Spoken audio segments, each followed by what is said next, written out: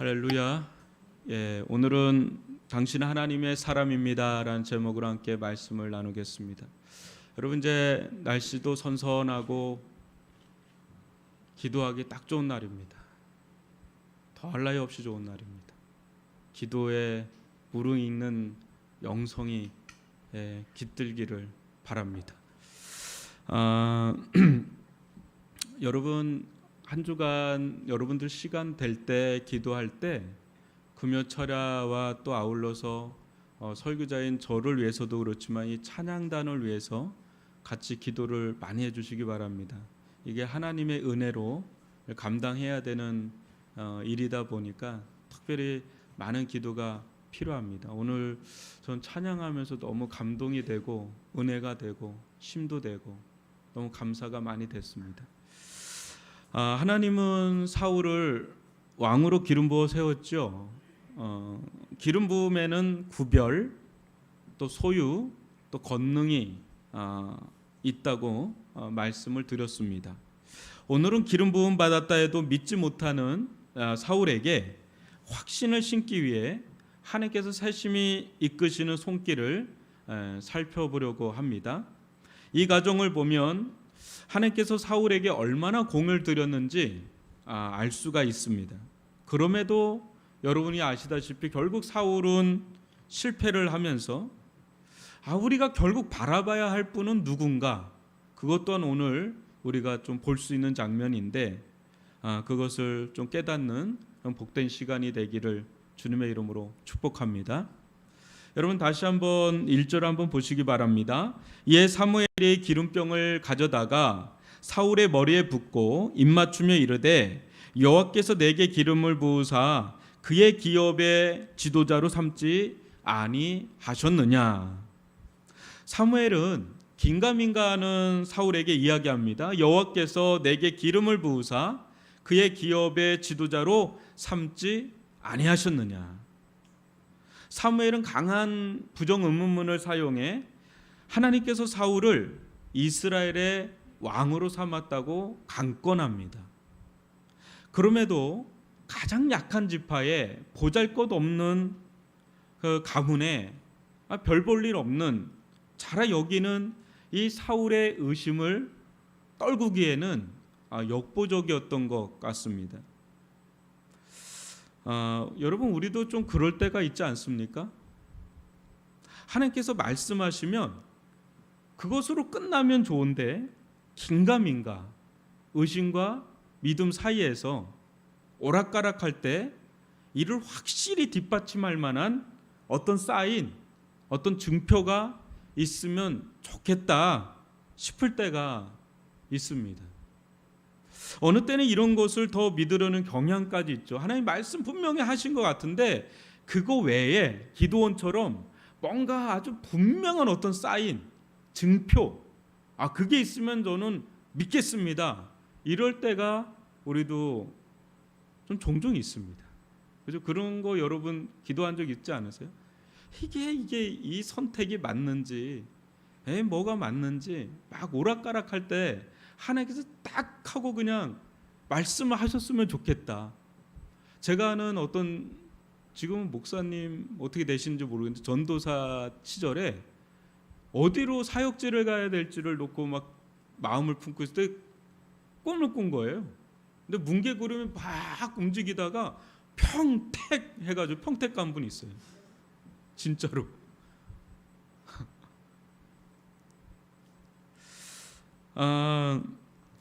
근데 여러분, 하나님은 믿음이 약할 때 사인을 주세요. 근데 여러분들 가운데 혹 어떤 증표나 사인이 없는 것으로 내가 신령하지 못해서 그래 이렇게 자책하거나 절망하시는 분이 있을 수 있는데 그러지 마시기 바랍니다. 하나님께서 여러분이 믿음이 좋다는 걸 인정하셔서 안 보여주는 거거든요.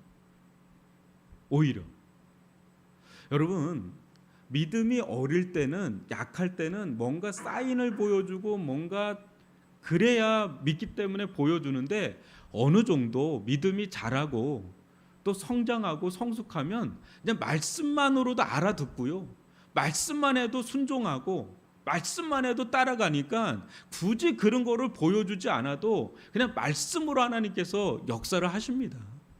말씀보다 확실한 건 없지 않습니까? 여러분, 우리들 가운데 이렇게 하나님께서 말씀을 하신 것 같은데도 여전히 긴가민가 하면 그냥 기도하세요. 아버지, 제가 이렇게 말씀을 들었는데 이게 하나님의 뜻인지 아닌지, 제가 이 선택이, 이 길이 하나님의 뜻인지 아닌지 잘 모르겠습니다. 저에게 어떤 증거를 보여주세요. 어떤 증표를 보여주세요. 그럼 제가 주님의 뜻인지 알고 가겠습니다. 솔직하게 한번 기도를 하세요. 그러면 하나님께서 판단하시고 필요하다면 그와 같은 일들을 보여주실 것입니다. 그렇지만 하나님은 여러분들을 인격적으로 다뤄가십니다. 여러분, 하나님은 어떤 증거를 통해 믿는 것보다 솔직히 말씀을 통해 믿는 것을 더 기뻐하세요. 여러분, 요한복음 20장 24절로 29절을 제가 읽어드릴게요. 12제자 중에 하나로서 디도모라 불리는 도마는 예수께서 오셨을 때 함께 있지 아니한지라. 다른 제자들이 그에게 이르되 우리가 주를 보았노라 하니 도마가 이르되 내가 그의 손에 못자국을 보며 내 손가락을 그 못자국에 넣으며 내 손을 그 옆구리에 넣어 보지 않고는 믿지 아니하겠노라 하니라. 여드레를 지나서 제자들이 다시 집 안에 있을 때에 도마도 함께 있고 문들이 닫혔는데 예수께서 오사 가운데 서서 이르시되 너에게 평강이 있을지어다 하시고 도마에게 이르시되 내 손가락을 이리 내밀어 내 손을 보고 내 손가락을 내밀어 내 옆구리에 넣어 보라. 그리하여 믿음 없는 자가 되지 말고 믿는 자가 되라. 도마가 대답하여 이르되 나의 주님이시요 나의 하나님이시니이다 하면서 예수님께서 뭐라 그래요? 너는 나를 본고로 믿느냐? 보지 못하고 믿는 자들은 복되도다 하니라. 어떤 자들이 복돼요? 나중에 이렇게 우리가 성경을 통해서, 말씀을 통해서 부활하신 예수를 믿는 믿음이 더 복되다는 거예요. 가장 확실한 하나님의 말씀을 통해 믿는 것보다 귀하고 복된 믿음은 없습니다. 그러나 하나님은 우리의 형편을 아셔서 눈높이에 맞게 때때마다 시시때때로 역사하세요. 그래서 어느 때 말씀으로 역사하시지만 오늘 우리 사울에게 4번의 만남을 통해서 그의 믿음을 상승시키는 그것을 살펴보려고 하는데, 한번 여러분 찬찬히 이 4번의 만남, 증표를 통해서 하나님께서 사울의 믿음을 어떻게 이끌어가는지를 한번 살펴보겠습니다. 첫 번째 만남이 2절을 한번 보세요.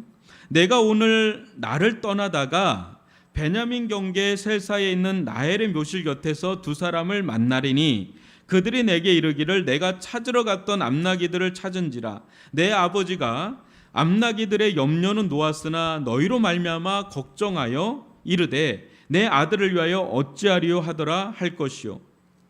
사울은 이 시간 이후로 사무엘을 떠나 베냐민 경계 셀사에 있는 나엘의 묘실 곁에서 두 사람을 만날 것입니다.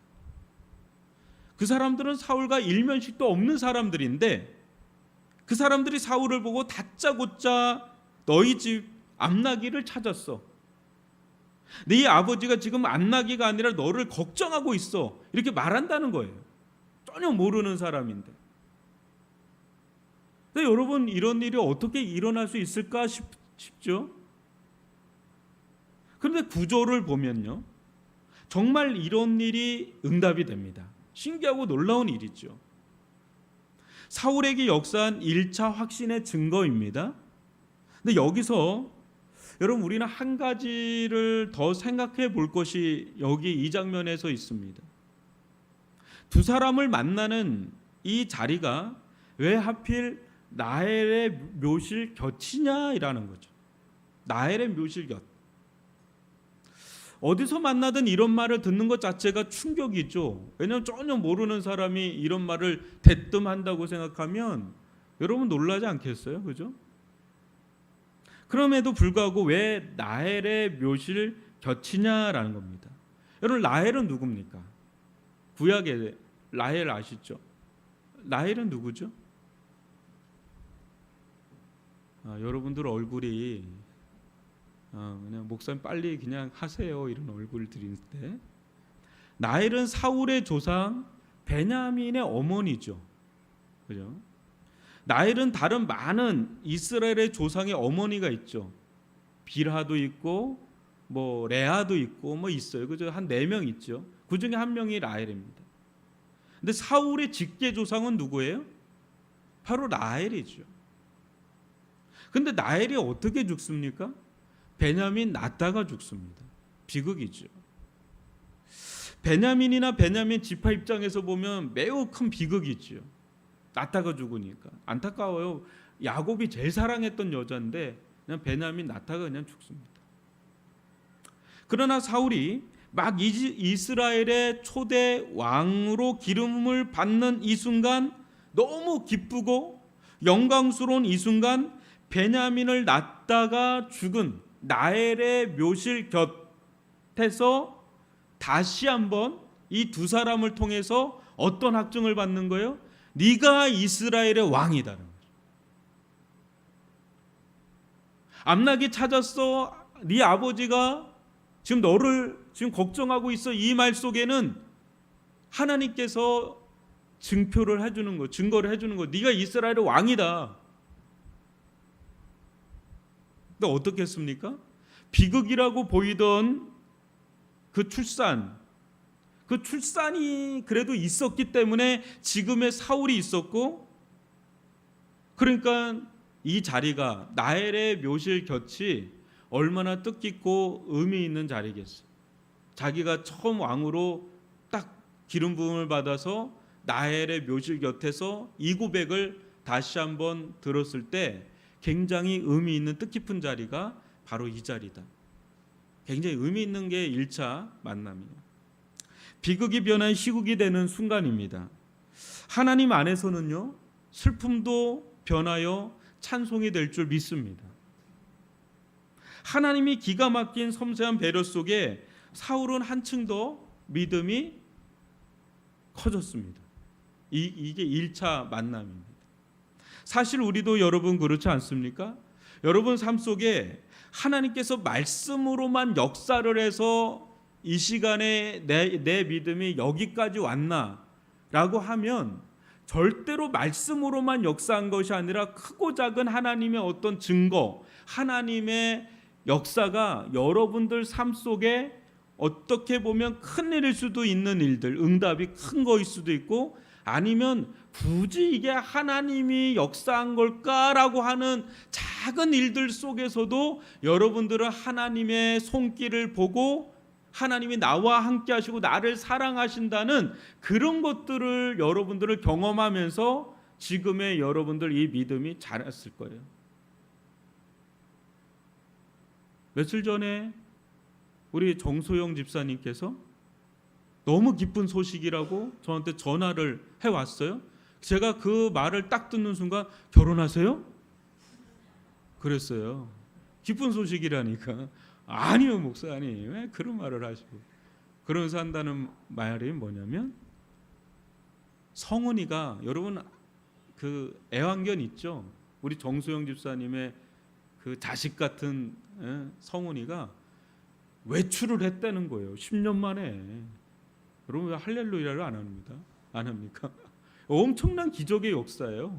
10년 동안 트라우마가 있는 상처 입은 개인데 못 나가는 거죠. 바들바들 떨고 막 죽을 것 같고, 그런데 이제는 나가도 나가는 거예요.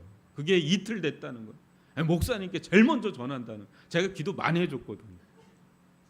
근데 우리가 볼 때는 뭐 저거 가지고 대단하다고 여겨 이럴지 모르지만, 아마 정소영 집사님 믿음이 엄청나게 뿜뿜했을 겁니다. 야, 하나님 살아계시구나, 역사하시는구나. 아닙니까? 아멘이죠? 근데 여러분, 이런 일이 크고 작게 여러분들 가운데 다 있어요. 말씀만 하나님이 한 게 아니라 크고 작은 사인들, 그런 증거들 때문에 아마 여러분들의 믿음이 매우 자랐을 것이 분명합니다. 여러분, 두 번째 만남을 한번 또 살펴볼 텐데 3절과 4절 한번 보세요. 내가 거기서 더 나가서 이제 나헬의 묘시를 지나서요. 다볼 상수리 나무에 이르면 거기서 하나님을 배우려고 베델로 올라가는 세 사람을 만나리니 한 사람은 염소 새끼 셋을 이끌었고 한 사람은 떡 세 덩이를 가졌고 한 사람은 포도주 한 가죽 부대를 가진 자라. 그들이 내게 문안하고 떡 두 덩이를 주겠고 너는 그의 손에서 받으리라. 무슨 수수께끼 같은 이야기 같은데, 여러분 사울이 나헬의 묘시를 지나서 다볼 상수리 나무에 이를 때 세 사람을 만난다는 거예요. 근데 이 만남도 일면식이 없는 이들이 제사 제물로 바칠 떡 세 덩이 중에 무려 두 덩이를 사울에게 그냥 준다는 겁니다. 여러분 이 말씀 쭉 읽으면 절대 여러분들이 깨닫기가 어려운 말씀입니다. 제가 이걸 좀 풀어주면서 어떤 의미가 있는지를 오늘 좀 살펴보고 한번 나가려고 하는데, 그런데 정말 얼마 있지 않아서 이 예언도 응합니다. 사울에게.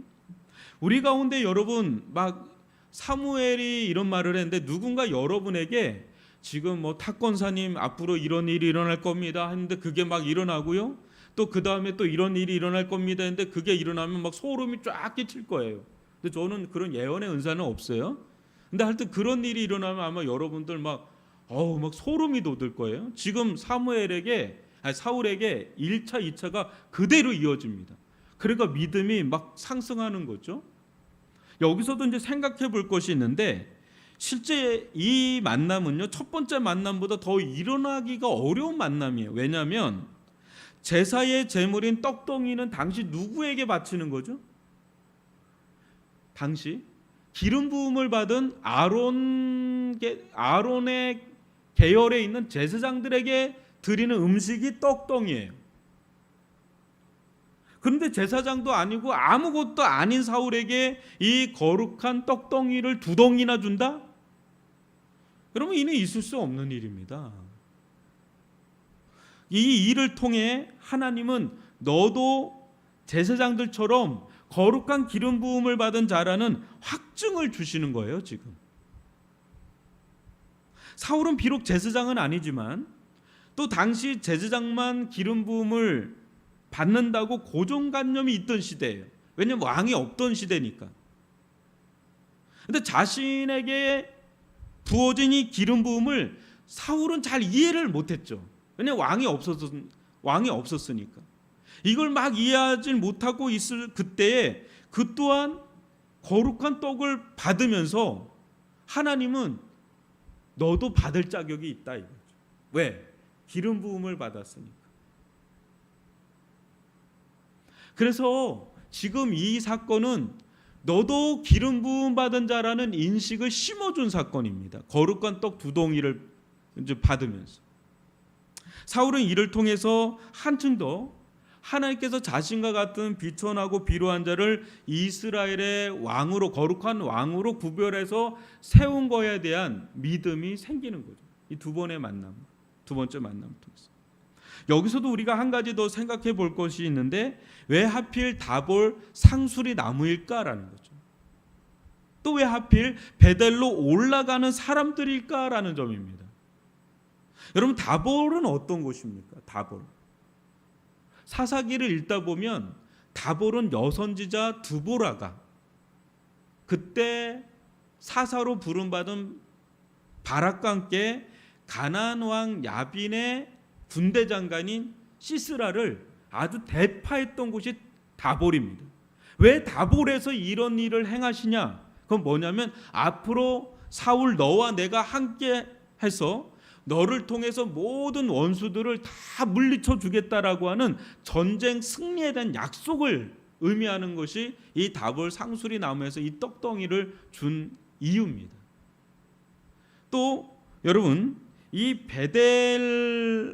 베델이란 곳은 누가 제단을 쌓던 곳입니까? 구약에서. 여러분 야곱 기억하시죠? 베델. 근데 그 전에 누가 베델에서 제단을 쌓았냐면 아브라함입니다. 근데 하나님께서 아브라함에게 창세기 17장에 이미 너를 통해서 열왕을 주겠다라고 하는 약속을 주셨는데, 그 약속의 첫 성취자로 응답이 된 사람이 누구냐면 바로 사울인 겁니다. 그래서 베델로 올라가는 사람들을 통해서 떡 2덩이를 받은 거예요. 여러분, 사울은 자기 지파가 너무 비루하고요, 자기 집안도 너무 보잘것없고 자기 형편이나 처지가 너무 보잘것이 없어서 늘 그거에 일종의 열등감이 있는, 그런 눌려있는 사람이 실은 사울이에요. 뒤에 보면 알지만.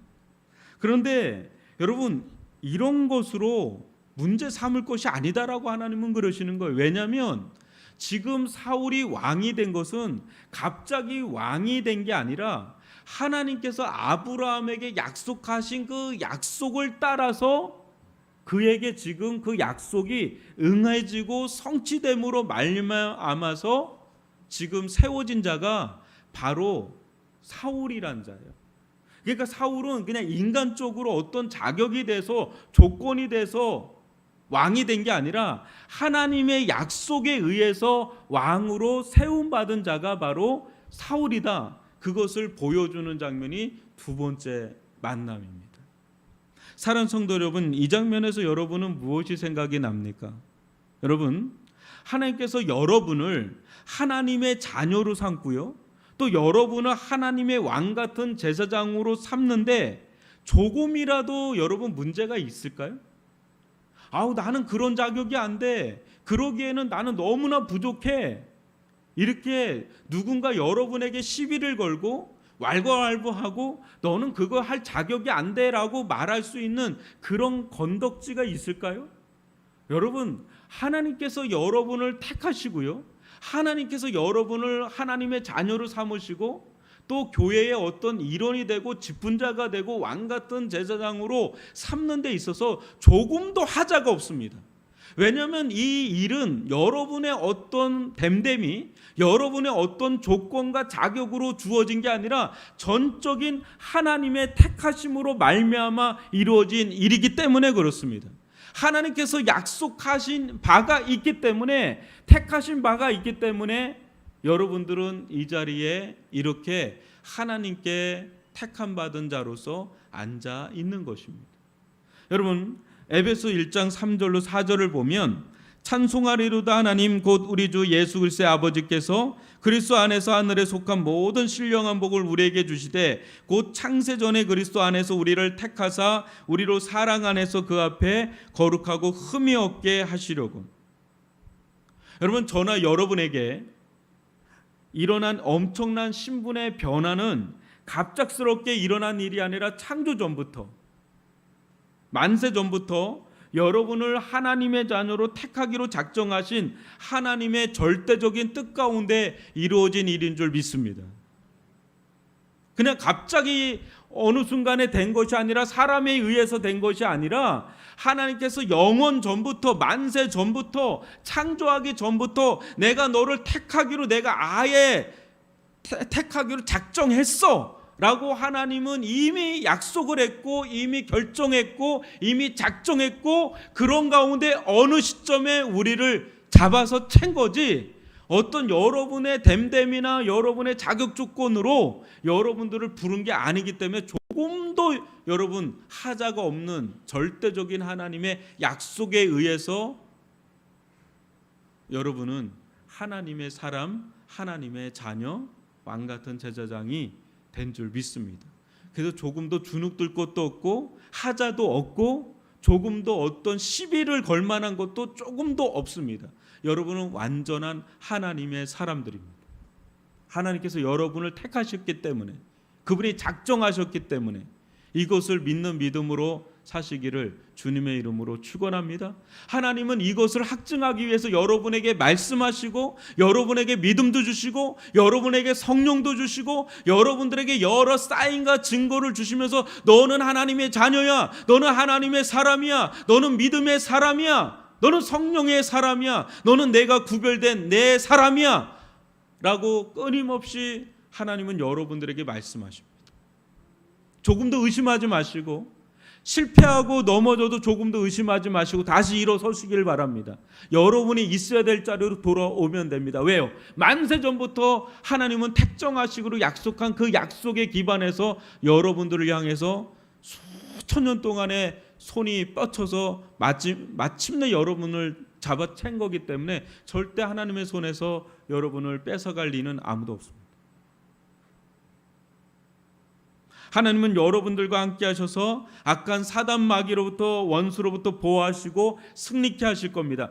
다볼 상수리 나무에서 다볼에서 이긴 것처럼 여러분들을 영적 전쟁에서 승리케 하실 것입니다.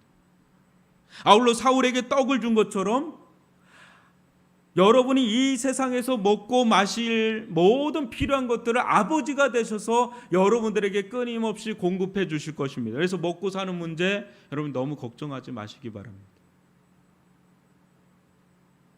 하나님은 실제 사울에게 보다 우리에게 더 많은 학중으로 말씀도 하시고 역사도 하셨습니다.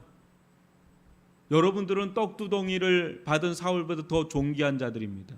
그래서 여러분 매일같이 하나님께서 여러분들과 함께 하시고 떡을 공급하듯이 하나님께서 공급해 주시고 인도해 가시는 것을 경험하며 나아가실 수 있기를 주님의 이름으로 축복합니다. 세 번째 만남은 5절인데요. 한번 보세요. 그 후에 내가 하나님의 산에 이르리니 그곳에는 블레셋 사람들의 영문이 있는지라 내가 그리로 가서 그 성읍으로 들어갈 때에 선자의 무리가 상당에서부터 비파와 소구와 저구와 수금을 앞세우고 예언하며 내려오는 것을 만날 것이요.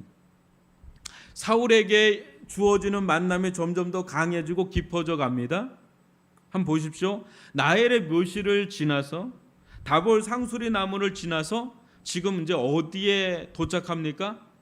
하나님의 산입니다. 하나님의 산이라는 건 뭡니까? 하나님의 임재가 있는 곳이죠. 그런데 놀라운 것은요. 하나님의 산인데 그 앞에 또 뭐가 있냐면 전혀 다른 게 있어요. 뭐냐면 블레셋, 이스라엘의 적인 블레셋 사람의 영문이 있어요. 그 사이에 하나님의 산과 블레셋 그 적인 블레셋 영문 그 사이에 지금 사울이 껴 있는 이 장면은 너무나 아이러니한데 여러분 놀라운 것은 그가 그곳에 도착했을 때 일련의 선지자의 무리가 비파와 소구와 저와 수금으로 찬양하며 예언하며 내려온다는 것입니다. 그런데 이 일도 다 이루어집니다. 여러분, 이 사건이 의미하는 바가 무엇일까요? 선지자 또한 제사장처럼 기름 부음 받은 자거든요. 그러니까 사울은 계속 기름 부음 받은 자에 대한 인식을 하나님이 주시는 거예요. 그러나 여러분, 제사장과는 달리 선지자는 조금 더 독특하죠. 선지자 사역을 하려면 성령의 하나님의 영에 계속해서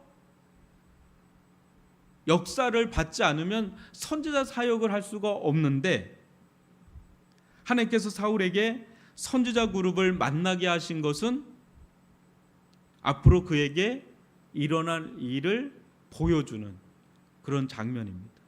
그러면서 뭘로 이어지냐면 이제 이 만남이 세 번째 만남이 마지막 남은 최종 만남, 결정적인 만남, 완전한 만남으로 이어지는데 그것이 무엇이냐면 여러분 6절과 7절은 같이 한번 읽어볼까요? 내게는 여호와의 영이 크게 임하리니 너도 그들과 함께 예언을 하고 변하여 새 사람이 되리라. 이 징조가 내게 임하거든 너는 기회를 따라 행하라. 하나님이 너와 함께 하시느니라. 아멘. 사울에게 기다리는 최종 결정적인 만남은 바로 하나님과의 만남. 하나님의 임재입니다. 이게 결정적인 만남입니다. 첫 번째 만남도 의미가 있었죠. 두 번째 만남도 의미가 있었죠. 세 번째 만남도 다 의미가 있지만 이 모든 만남의 퍼즐은 마지막 퍼즐은 결국 성령의 임하심으로 종결됩니다. 성령께서 그에게 임할 때 비로소 사울이 새 사람으로 변합니다. 이제 이전의 사울과는 전혀 다른 사울로 변합니다. 하나님은 그가 새 사람으로 변했다는 증표로 잠시 잠깐 선지자들처럼 예언을 막 하게 합니다. 이 모든 일이 일어날 때 그의 마음 가운데 하나님께서 기름 부어서 세운 이스라엘의 그 왕으로서의 특별한 왕으로서의 그 스피릿이 들어가고요. 또 하나님께서 그와 함께 한다는 강한 확신에 사로잡히게 되는 이런 일이 일어나면서 그는 그 순간에 그야말로 이스라엘의 왕다운 사람으로 변화받는 그런 결정적인 만남은 하나님과의 만남, 성령의 만남, 임재 속에 거하는 이걸로 이 네 번의 만남이 계속 점층적으로 강해지면서 그에게 강한 확신을 심어주는 이 일로 일어나게 됩니다. 그래서 여러분 9절로 13절을 보시면 그가 사무엘에게서 떠나려고 몸을 돌이킬 때에 하나님이 새 마음을 주셨고 그날 그 징조도 다 응하니라. 그들이 산에 이를 때에 선자의 무리가 그를 영접하고 하나님의 영이 사울에게 크게 임함으로 그가 그들 중에서 예언을 하니 전에 사울을 알던 모든 사람들이 사울이 선지자들과 함께 예언함을 보고 서로 이르되 기스의 아들에게 무슨 일이 일어났느냐 사울도 선지자들 중에 있느냐 하고 그곳에 어떤 사람은 말하여 이르되 그들의 아버지가 누구냐 한지라. 그러므로 속담이 되어 이르되 사울도 선지자들 중에 있느냐 하더라. 사울이 예언하기를 마치고 산당으로 가니라. 사랑하는 성도 여러분, 하나님께서 사울을 이스라엘의 왕으로 세우려고 할 때 얼마나 공들여서 세워 가셨는지 아주 놀라울 정도로 그에게 1차, 2차, 3차, 4차에 걸쳐서 그를 이끌어가는 것을 보게 되는데, 여러분 이 정도 되면 사울은 정말 많은 것을 지금 받은 거예요. 이 네 번의 만남 속에 성령도 받고 전쟁 승리에 대한 거, 또 이스라엘 백성에게 떡 두 덩이를 주듯이 모든 걸 공급해 주시겠다라는 것들, 뭐 그에게 너무 많은 것들을 하나님께서 예언하셨고 약속하셨고 보여주셨고, 근데 여러분 나중에 보면 알지만 결국은 사울이 실패하고 맙니다. 아울러 여러분 다윗을 알죠. 다윗도 우리아를 죽이고 또 밧세바를 범하는 그 사건으로 다윗도 어떤 면에서는 실패하고 맙니다. 진정한 왕은 누구냐라는 문제에 있어서 다윗도 실패하고 맙니다. 여러분 우리도 왕 같은 제사장으로 부름을 받았지만 우리도 문제가 없느냐? 우리도 언젠가는 또 무너지기도 하고 쓰러지기도 하고 실패도 경험합니다. 여러분 이 세상 가운데 실패가 없으신 왕이 있을까라는 거죠. 정말 이 땅 가운데 실패가 조금도 없는 왕이 있을까? 있죠. 여러분 누굽니까? 여러분 우리 사울을 정말로 왕으로 보고 싶다. 사울이 왕이 아니다라는 거예요. 다윗을 왕으로 보고 싶은데 다윗도 왕은 아니라는 거죠. 근데 그 다윗의 계통 가운데 정말 조금도 실패가 없으신 한 분이 이 땅 가운데 오셨는데 그분이 바로 성령을 한량없이 부음받은 예수 그리스도이신 줄 믿습니다. 예수 그리스도는 악한 사단 마귀를 십자가와 부활의 권세로 완전히 괴멸시키고 또 그 안에 우리들을 부르셔서 그 안에 거하게 함으로 내가 너 안에 네가 내 안에, 또 우리는 번번이 넘어지고 실패할지는 모르지만 여러분 분명한 것은 우리가 예수 안에 있다면, 실패하지 않는 예수 안에 있다면 우리는 결코 실패하지 않는 자들로 발견이 될 거라는 거죠. 이걸 믿으시기를 바랍니다. 여러분 우리 스스로의 힘으로는 우리 자신을 구원할 수 없는 자예요. 우리 자신도 어떻게 할 수 없는 자예요. 그런데 예수 진정한 왕이 되시는 예수 안에 거할 때 우리 스스로는 어쩔 수 없이 실패할지 모르지만 예수 안에 거하는 자들은 결코 실패하지 않는 자들로 하나님 앞에서 드러나게 될 것이니, 우리가 진정 따르고 우리가 진정 추구하고 우리가 진정 바라봐야 될 진정한 왕은 누구냐라는 그 거대한 문제 앞에 그 답이 되시는 분은 사울도 아니고 다윗도 아니고 우리도 아니고 오직 예수 그리스도이신 줄 믿습니다. 예수 안에 있을 때 우리는 안전합니다. 예수 안에 있을 때 여러분은 결코 실패자가 아니게 됩니다. 실패자가 아닌 자로 발견합니다. 그리고 하나님의 자녀요, 하나님의 왕 같은 제사장으로 여전히 장차 왕노로 탈 자들로 여전히 빛을 발하면서 발견될 줄 믿습니다. 이 예수님, 우리의 결코 실패가 없으신 왕이신 예수, 또 그 안에 있는 여러분들은 여전히 하나님의 사람들입니다. 우리는 사울처럼, 다윗처럼 연약해서 어느 순간에 쓰러질 수 있습니다. 그러나 예수 안에서 다시 회복을 경험하고 예수 안에 여전히 머무를 때 하나님 안에서 여러분은 여전히 왕 같은 제사장이요, 하나님의 자녀요, 실패가 없는 자로 서게 되니 여러분, 이 예수님을 진정 추구하는 저와 여러분이 되기를 진심으로 축원합니다.